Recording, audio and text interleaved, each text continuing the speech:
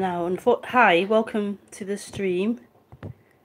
Welcome to the stream. Unfortunately, I haven't got any equipment to stream off other than my mobile phone, so I'm having to do this from now on my phone. So this is new to me, how this works. So I can't promise it's gonna work efficiently, and I won't get phone calls on my phone or texts on my phone interrupting it.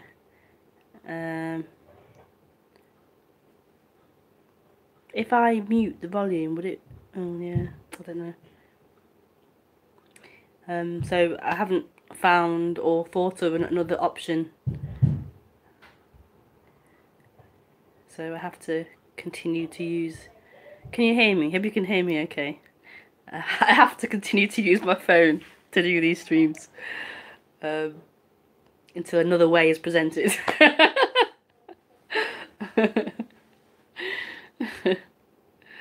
Hopefully the sound and everything's okay, because I can't tell. I could go on my laptop and just check, I suppose, on YouTube. Let's just see. I can't share the link either on Facebook, so that's okay, I suppose. I just haven't got... Oh, what's this? That's not what I wanted. I just haven't got the... Oh no, it's that piano thing. I want to keep that. Oh, it's too late. I haven't got the time also to look into... Thank you, HM71. I haven't got the time either to look into alternative ways to stream. I just haven't got the time. If you're not aware, I have 2 children.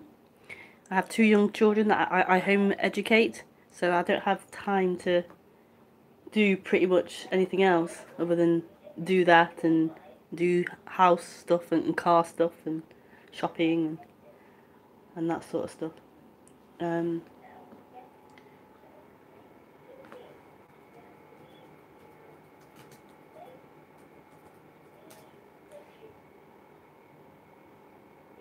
Okay, well, I'm on.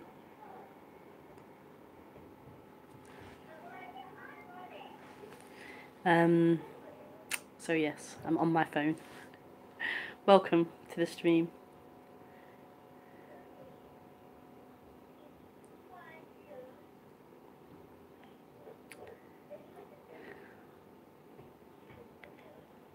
Let's go back on Skype. So I haven't streamed for quite a while, and when I haven't streamed for a while, I forget what this is all about. I forget what it's about. So it might take me a bit of time to remember.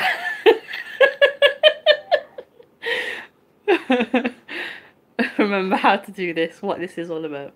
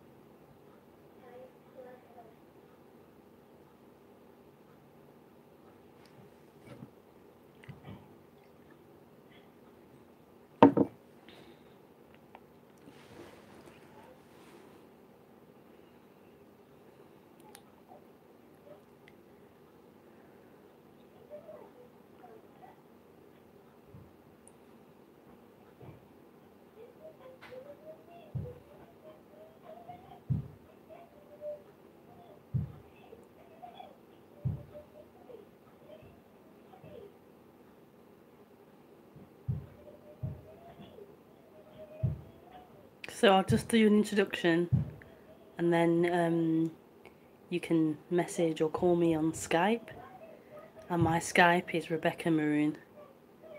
I'm now online.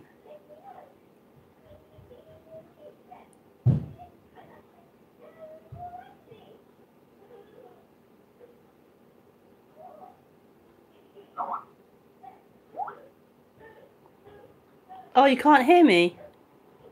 I think somebody else can hear me. It might be your computer, Ramona. Just check it's not your computer. HM71 said he can hear me. So just check. Let me check. I'll check on my end. I didn't check the audio.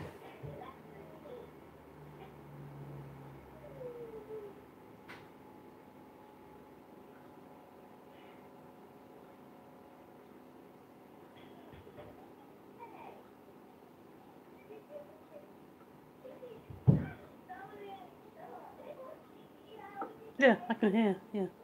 I think it's your end, Ramona.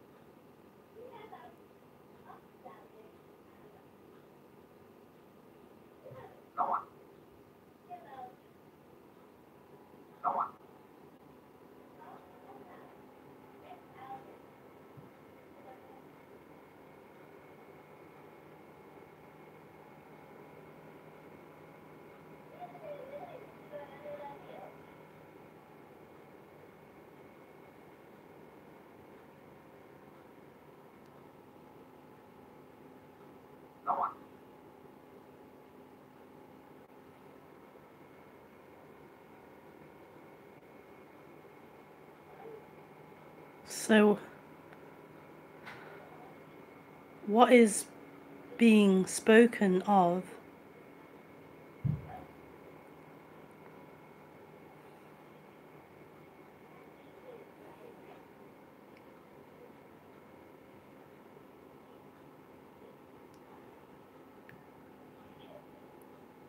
is such an intimate thing. It's the most intimate thing there is.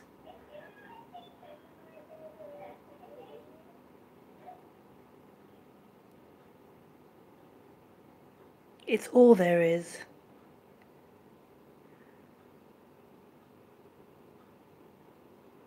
It's so immediate.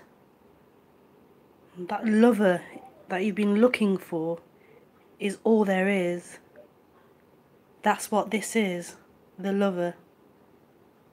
This love you've been longing for, searching for, wanting, moving towards.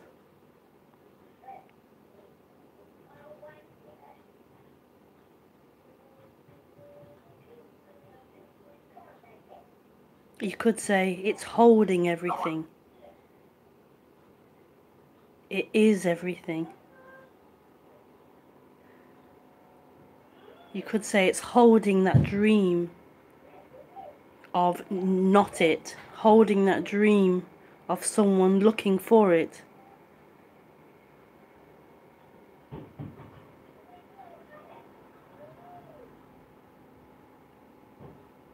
Holding that seeker.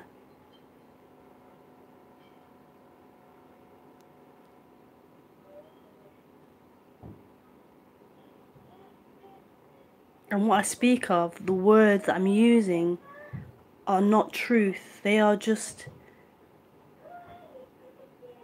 ways of describing something. My words, like all speakers' words, like your words, are not true. They're simply a description of something.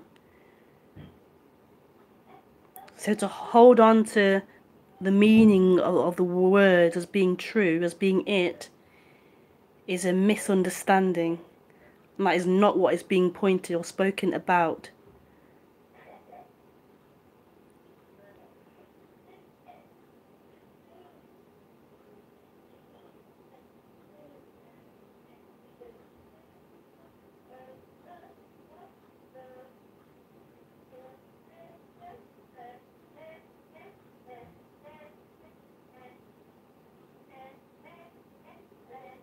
This is it. This is it. And that can be misinterpreted by the mind to be a negative thing. But this is it.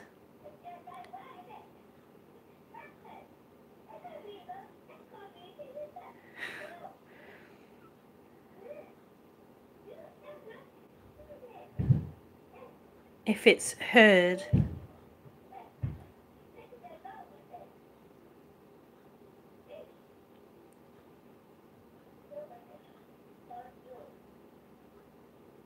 it's a wonderful message. It's a resting message. A resting. It's the end of that seeking in time. This is it. What you long for is this.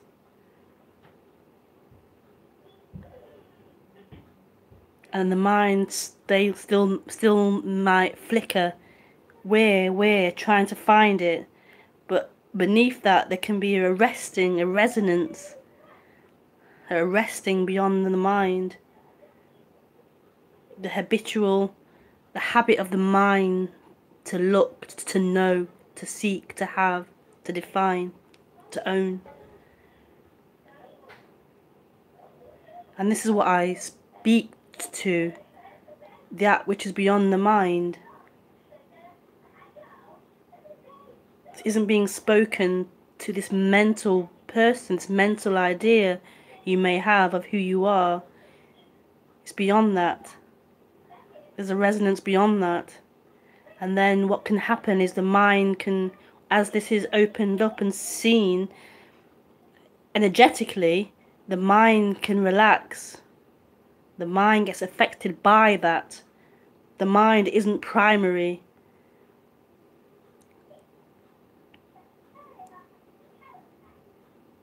So this message isn't for the person, isn't for this idea you feel yourself to be.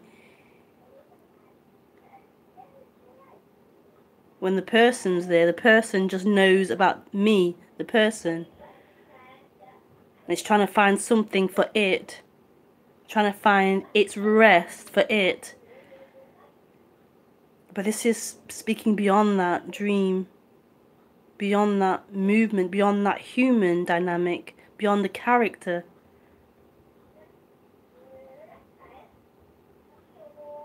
And in the hearing of that, the character's affected and changed.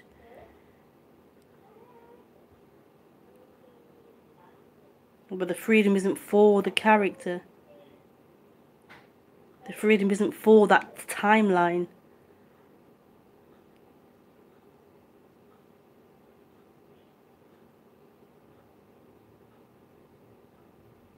But when that energy of separation's there, the focus, the attention, the obsession is in that timeline. Because it feels uncomfortable and it believes it will find rest in that timeline. But the rest has nothing to do with you. Nothing to do with that illusion. Nothing to do with that human character.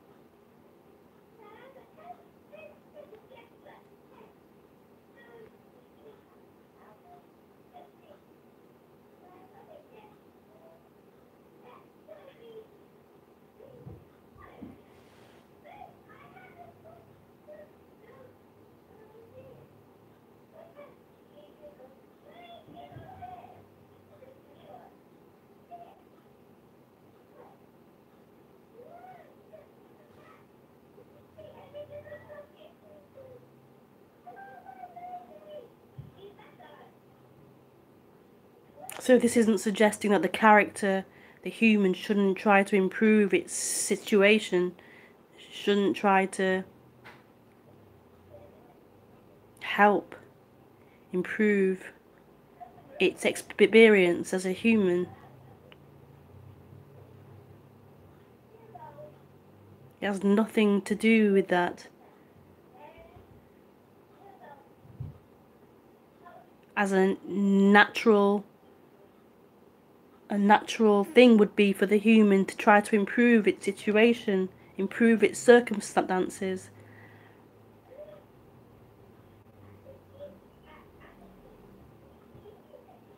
All this is pointing out is that there's no freedom found in that.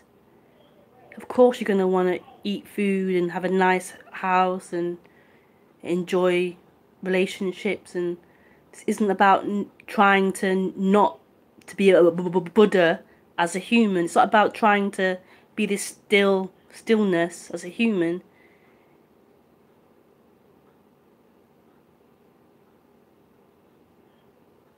The stillness is what you are. It is what this is.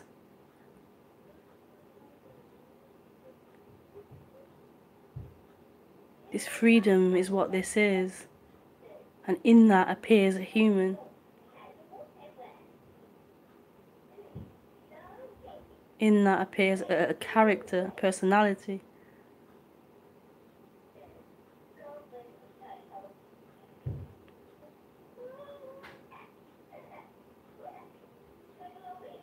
So this is about something else.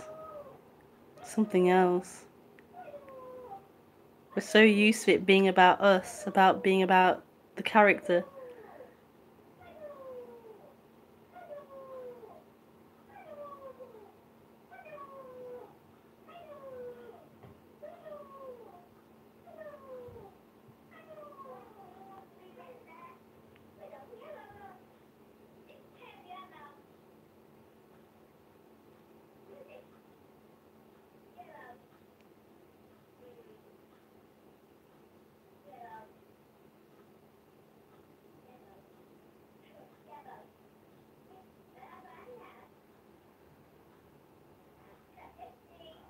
This is not about the character.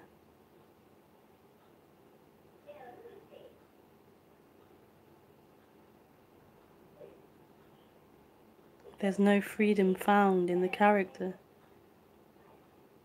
And yet there is freedom.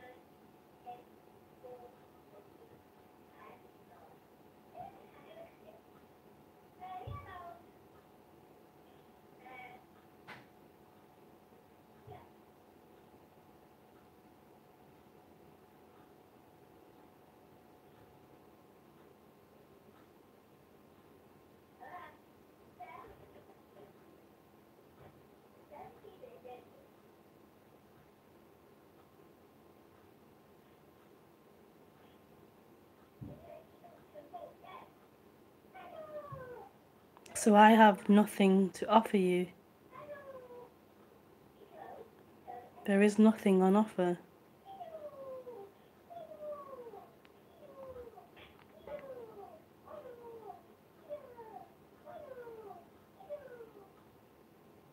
All this is doing is pointing back to the freedom that is, the freedom that you are, the love that you are.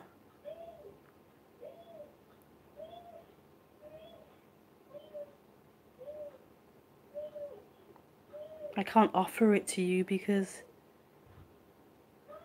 it's all there is.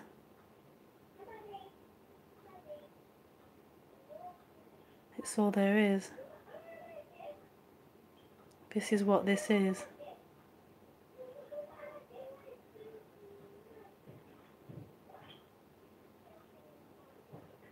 There isn't someone here who has it and someone there who doesn't have it.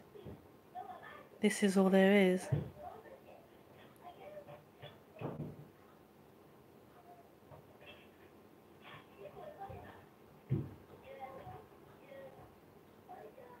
This is a waking up to what you already are, not an acquiring of something extra.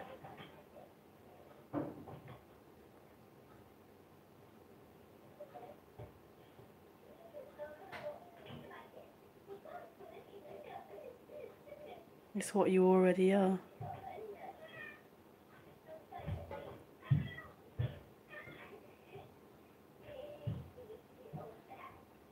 Not you as the character.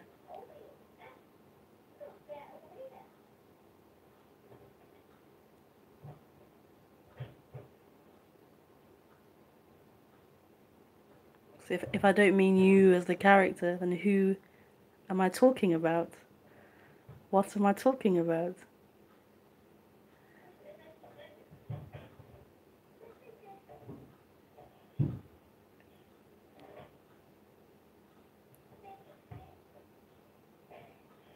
What else is there?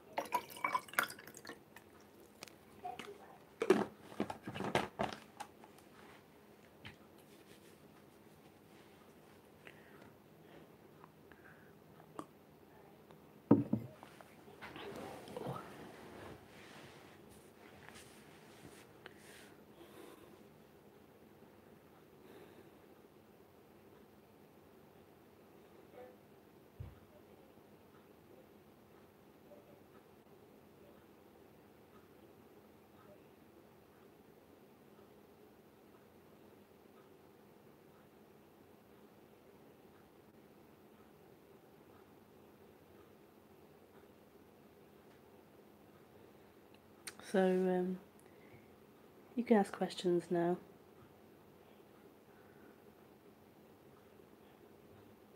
On Skype. Okay, you can hear me now.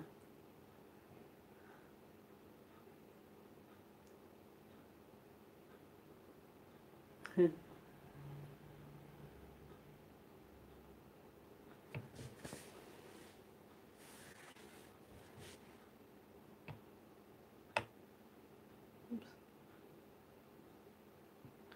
Why does it keep doing that?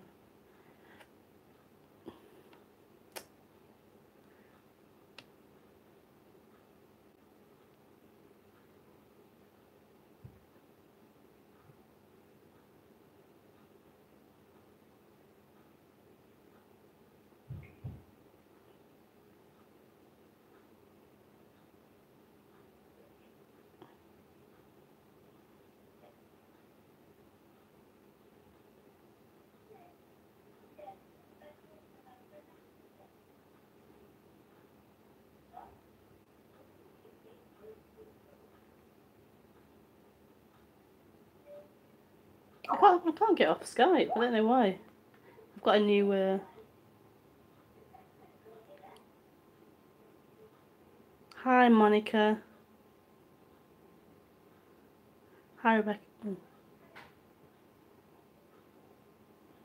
think I have a new version of Skype. I'm not used to it. Hi, Rebecca. So nice to see you.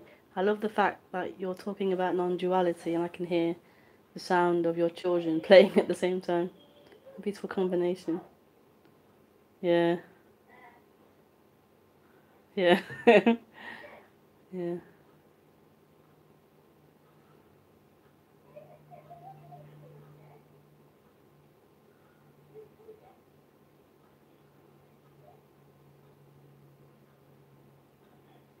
My kids are always playing, constantly playing.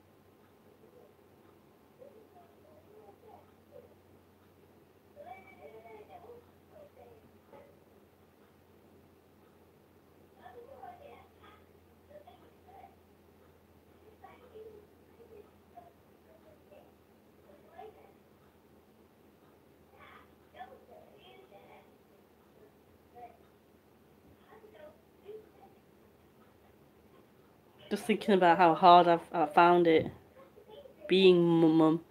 A really hard role. A really hard role.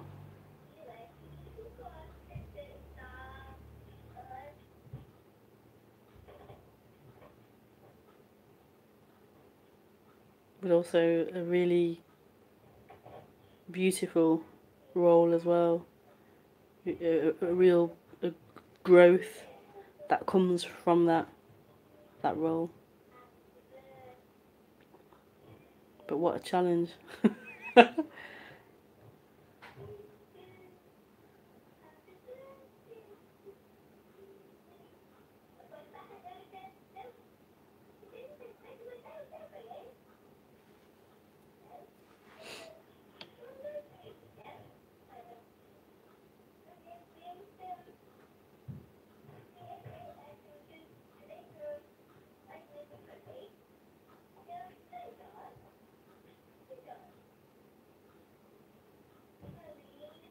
Oh,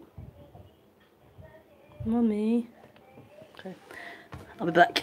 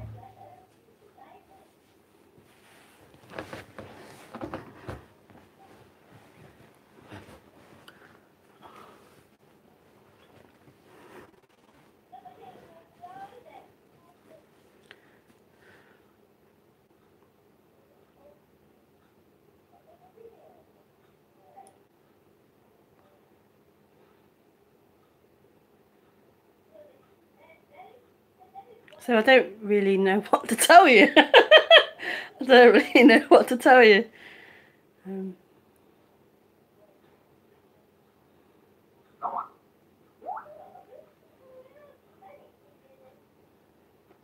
I was thinking, do you think it is good to teach non-duality to children?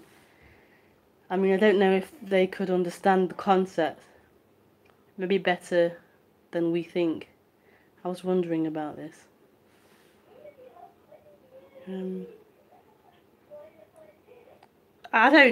My initial feeling is I don't really feel that's necessary.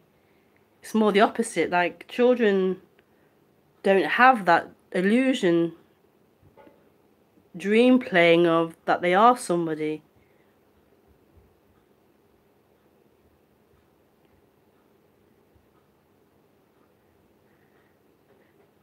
It's the grown-ups that seem to have that. The children, I mean, obviously there might be a sense developing of that, but the children don't have that heaviness of someone who's been moving through time for X amount of years. They don't have that.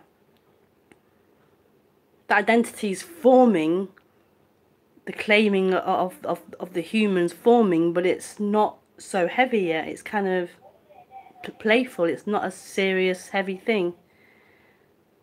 So I don't have any need to teach my children about non-duality. They are non-duality. That's what they are. Totally free. Appearing. Totally free. It's beautiful.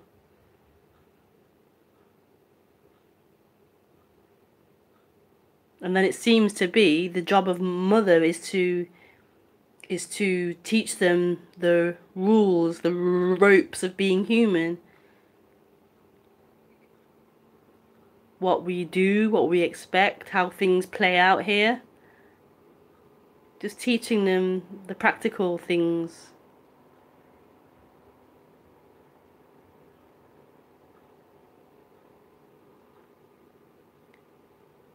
And to love them unconditionally. Show them that love. That acceptance. And how to handle this, the emotions, how to handle all these different things about being human.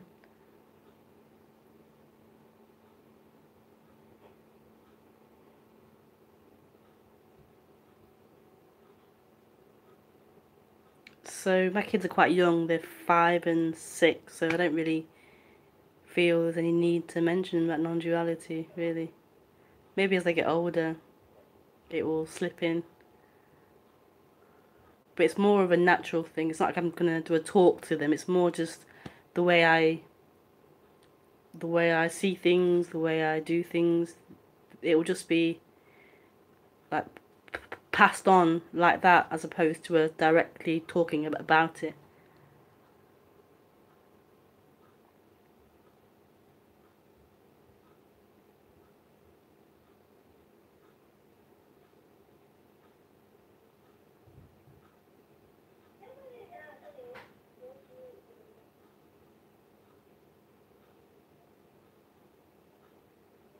I just tend to point out to them things that happen. Like, just be really honest with them, like, about how things are, how things move in cycles. There's the seasons and going round and round. How they lose things. Things are born and then they wear out and they end. I show them how I have an emotion, and we think about ways to deal with emotion, like breathing and going off on your own somewhere and expressing that emotion, and just normal things like that. That this is a human experience.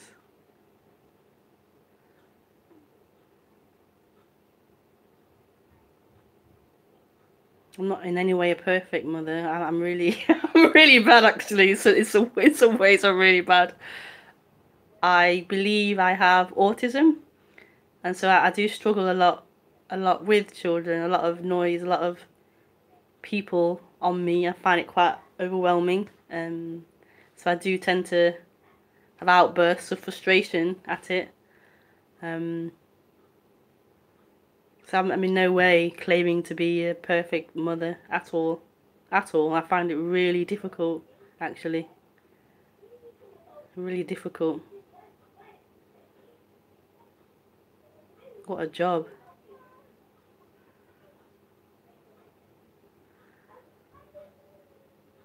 I was used to being, single, free, focusing on going to retreats all the time and living this like retreat lifestyle. Like, no, it's gone. It's, it's it's a really hard job, but it's a beautiful, beautiful job as well. They really are a joy. They really are a joy, and in a way, I get to relive being a child. It's so beautiful. We get to play together and enjoy being a child. With home ed as well. Home ed is so relaxed. It's really nice to be with them. We learn together, we play together, we, hang out a lot of the time, to be honest. So it's, it's just really cool. Thank you, Monica.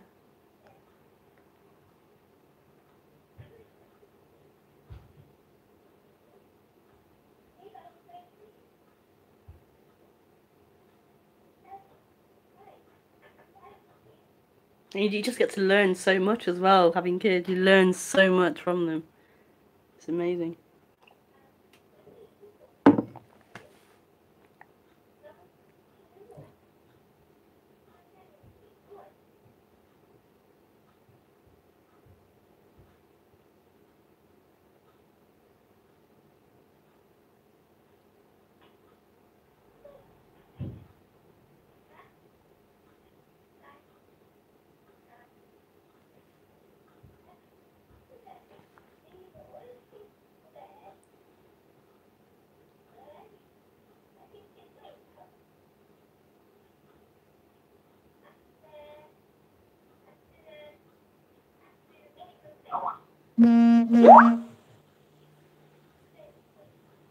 Thanks so much for being so honest. I appreciate it so much. You're welcome. You're so welcome.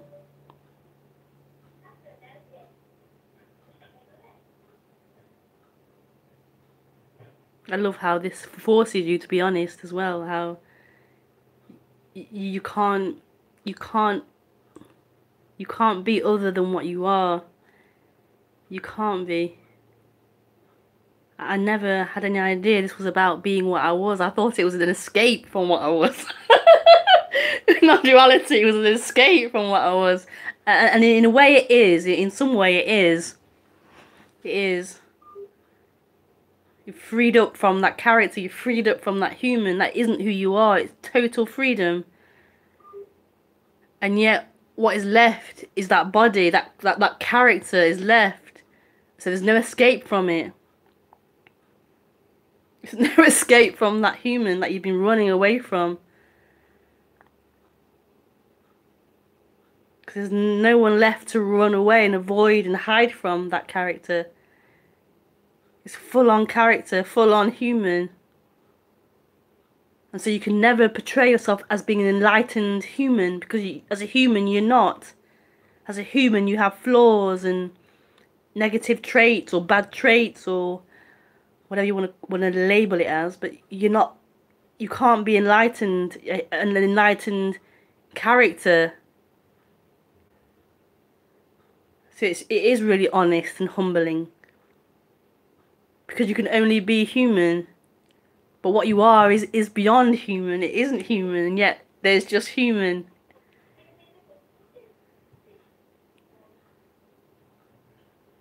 Like, it's so hard to communicate, and I really want to communicate it. I communicate it through my being. Like, I feel it. I feel like my face is like showing it. My body's showing it, but the words don't do it justice. The words can't touch it.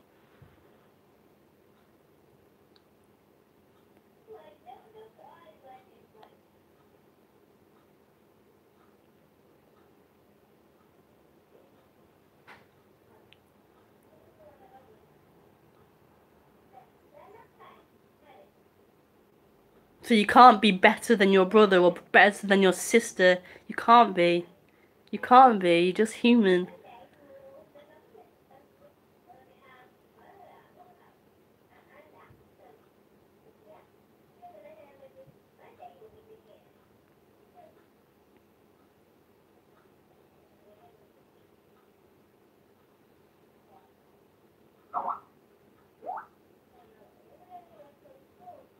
Because there is no there is no brother and sister. You see, it is all you. It is all you. So it's the end of that hate. Who would you hate?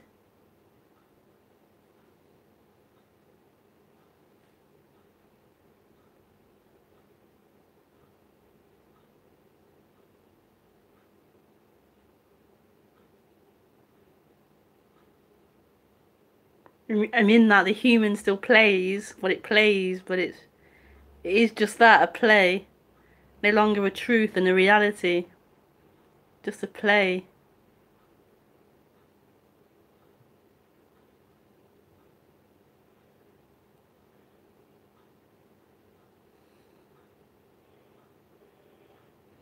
Elsa.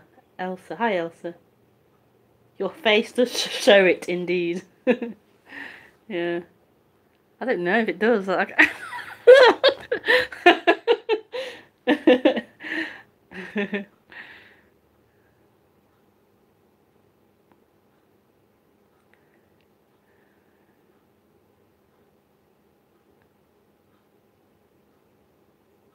Oh, I spoke to you before, Elsa. I don't remember your name. I don't. Oh, okay. Oh, that's funny. It's like, who are you? Oh, I see.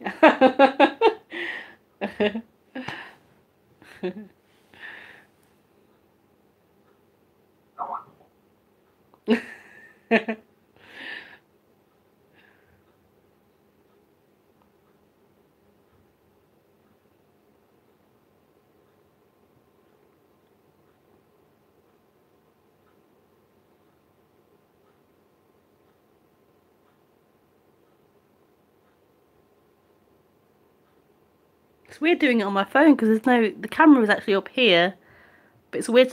I look here rather than here. It's kind of weird. The positioning of the phone. Yeah. But it's all I have.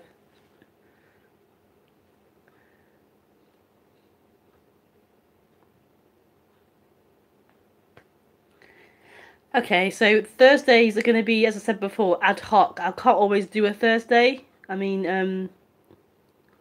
when I can, I will. But it's going to be just when I can.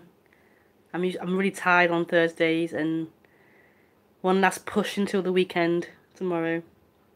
But yeah, so I'm back on Sunday at 10:30 a.m. So you can join me then with any questions you have, and I'll see you on Sunday. Thank you for joining. Bye.